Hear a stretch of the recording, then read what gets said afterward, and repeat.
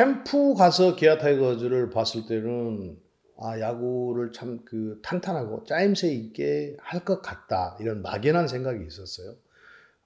그런데 시즌이 좀 늦게 시작하고 5월 달에 뚜껑을 열었는데, 역시 그 캠프에서 준비를 많이 했던 대로, 강력한 선발진들을 앞세워서, 대형 홈런 타자 뭐 이런 선수는 없지만, 어, 윌리엄스 감독이 스몰 야구를 하면서 상당히 경기를 탄탄하고 짜임새 있게 했다. 상대하기가 매우 까다롭게 경기를 하는 모습이었습니다. 시즌 초반에는. 그런데 그 모습들이 이제 점점 선발진들이 좀 힘이 떨어지고 하이 타선에 좀 약점이 생기고 그러면서 점점 성적이 떨어지는 면이 있었어요.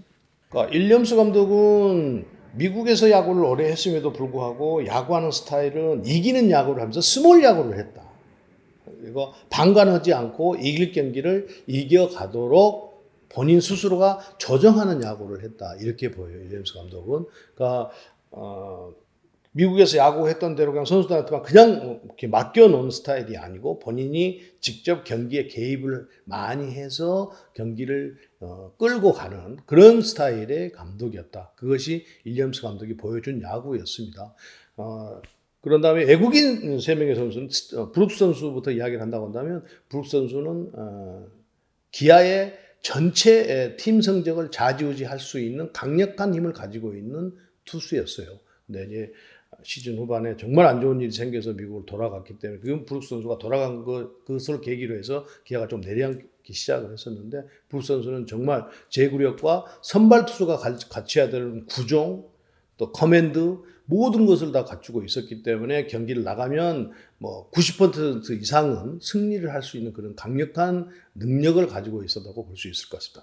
간용 선수는 연습 경기를 시즌 들어오기 전까지만 해도 매우 불안한 투수였습니다. 그런데 시즌 뚜껑을 딱 열고 보니까 역시 양현종과 브룩스 선수 뒤에 좌우로 양현종과 간용 선수가 뒷받침을 할 수 있는 1, 2, 3번 안에 들어갈 수 있는 강력한 힘을 초반에 보여줬습니다. 그 좋은 체인지업을 가지고 간용 선수가 브룩스 선수를 뒷받침을 하면서 기아의 선발진의 한 축을 이끌고 갔던 것 아닌가.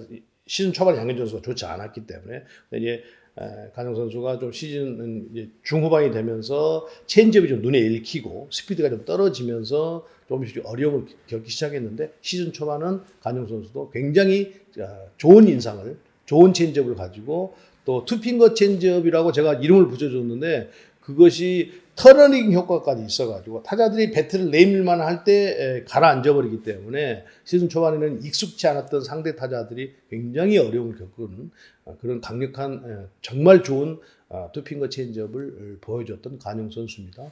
터커 선수는 2년차 징크스가 있다고 하는데, 오히려 터커 선수는 2년차에 들어와서 작년 시즌은 시즌 중간에 투입이 됐습니다만 올 시즌부터는 처음부터 스타트를 하면서 30홈런 100타점을 넘길 정도로 기아에서는 없어서는 안 될 정말 중요한 2번 타자 역할, 때로는 중심 타자 역할을 잘 해냈다고 봐야 될 것 같아요.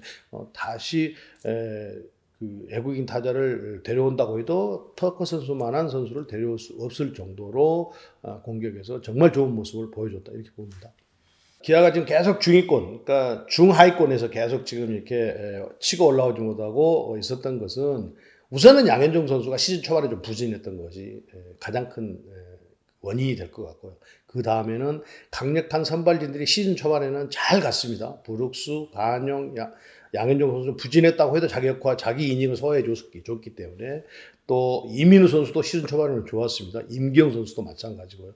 그런데 양현종 선수가 거기에 좀 강력하게 힘을 해주지 못했고, 투수 쪽을 보면 불펜과 마무리가 그렇게 강하지를 못해가지고 놓치는 경기들이 많았습니다. 특히 문경찬 선수가 마무리를 했는데 문경찬 선수가 자신의 역할을 다하지 못했어요. 그러면서 투수 쪽에서 좀 문제가 있어서 더 강력한 힘을 발휘하지 못한 것 아닌가 생각합니다.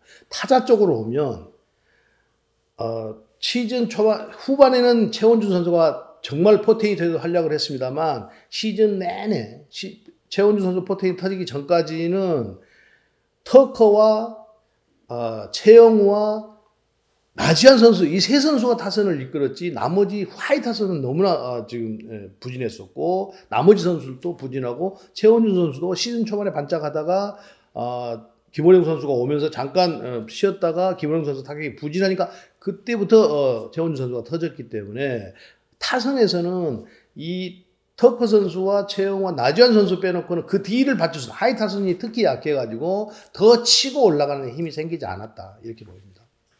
수비가 뭐 느슨했다기보다는 수비가 참 그 훈련들을 캠프에서 많이 하고 했었는데 결정적인 순간에 미스들이 나오면서 결국은 그것이 승패에 영향을 미쳤고 그러다 보니까 아무래도 그 미스가 더 크게 느껴지고 전체적인 그 개수로 보면 중위권에 머물러 있거든요. 미스의 개수가. 그런데 그 미스를 어느 순간 어느 타이밍에 했느냐 이렇게 따지다 보면 기아는 결정적인 미스들을 특히 유격수 쪽이라든지 뭐 2루 쪽이라든지 3루 쪽에서 많이 발생을 해서 기아가 수비 쪽에서 좀 문제가 있었는 것 아닌가 이렇게 평가를 받는 것 같아요. 그래서 반대로 마차도 선수를 평가를 한다고 한다면 마차도 선수는 정말 어려운 타구들을 많이 잡아내면서 상대의 공격을 끊어놓고 본인들이 공격으로 이어가는 그래서 롯데가 그나마 작년에 최하를 했는데 지금 순위가 6, 7위를 다투고 있는 것 아닌가 생각이 들어요. 그런 방면에서 보면 기아는 모든 내야진들이 많이 바뀌기도 했지만 고정으로 유격수에 나온 선수는 박찬호 선수인데 박찬호 선수가 유격수에서 결정적인 미스들을 조금 더 했기 때문에 그런 부분들이 승패, 순위에 영향을 미쳤다 이렇게 봐야 될 것 같아요.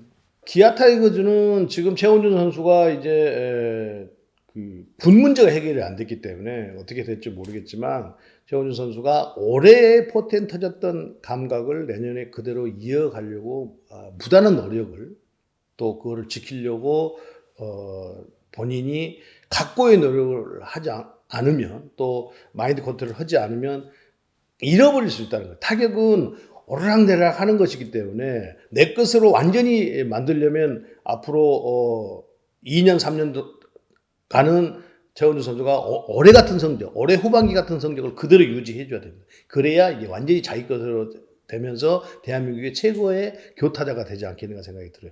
그거는 이제 본인이 어떻게 준비하느냐입니다.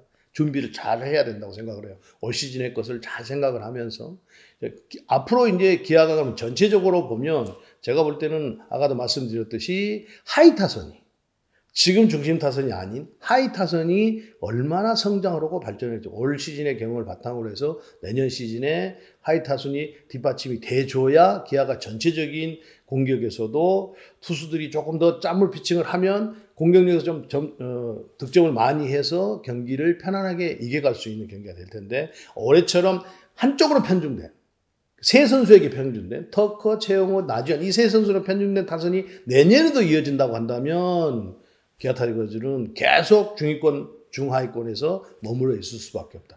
특히나 또 선발 투수가 만약 어떻게 구성이 될지 모르겠는데 지금 3, 4, 5 선발이 양현종 선수 또 미국으로 떠날지 어떻게 잘 모르니까 3, 4, 5 선발이 또 어떻게 형성이 될지 이걸 잘 모르기 때문에 또 올해 4, 5 선발이 그렇게 강하지 않는 선발진이기 때문에 그 문제에 대해서도 깊이 좀 생각을 해야 되는 부분이고 불펜이나 마무리 쪽도 좀 더 짜임새 있고 강력한 힘을 가지도록 만들어 놓지 않으면 지금 순위에서 치고 올라가기가 상대가 있기 때문에 매우 어려울 것이다 이런 생각을 해요. 마지막으로 수비 부분에서도 조금 더 화려한 플레이가 아닌 모든 것을 좀 착실하게 플레이를 해서 안정감을 주는 또 투수들에게 또 그 수비가 결정적인 역할을 할 수 있도록 조금 더 차분한 어떤 그 준비가 필요하고 그런 플레이가 나와줘야 되는 것 아닌가 이런 생각이 듭니다.